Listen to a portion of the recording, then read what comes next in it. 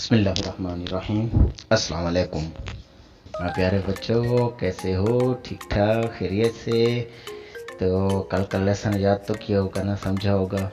हाँ, very good. मुझे पता है मेरे शागिर्द बहुत अच्छे हैं, मेरे पास पढ़ने वाले बच्चे बहुत अच्छे हैं, अपना काम और अपना होमवर्क और अपनी पढ़ाई का ख़ास ख्याल रखते हैं।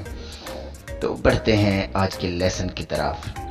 आज हमने पढ़ना है इंग्लिश का अगला अल्फ़ाबेट Z या Z।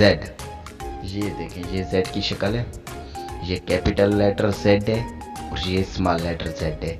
इसको हैंड राइटिंग में यूँ भी लिखते हैं। इसके बाद इंशाल्लाह अगले लेसन में हम हैंड राइटिंग सीखेंगे। तो आज बढ़ते हैं Z से कौन कौन से वर्ड्स बनते हैं। तो सबसे पहले Z for zebra. Zebra mean zebra, wild है, जंगली जानवर। तो ज़ेब्रा के स्पेलिंग हैं ZEBRA।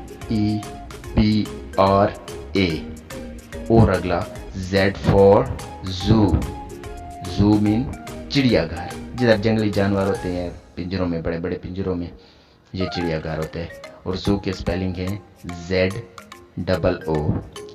और Z for zero. Zero mean सिफर, सिफर जहाँ से गिनती शुरू होती है, काउंटिंग शुरू होती है, ज़ीरो नथिंग।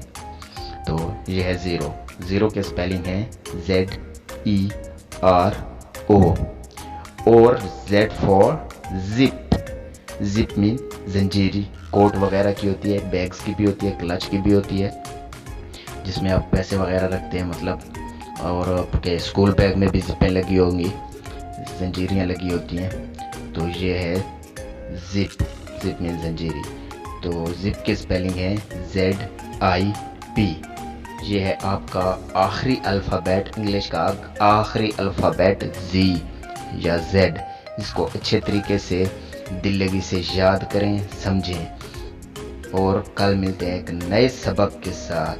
तब तक के लिए अल्लाह हाफिज़। वीडियो अच्छी लगी हो तो लाइक करें और चैनल को सब्सक्राइब करें।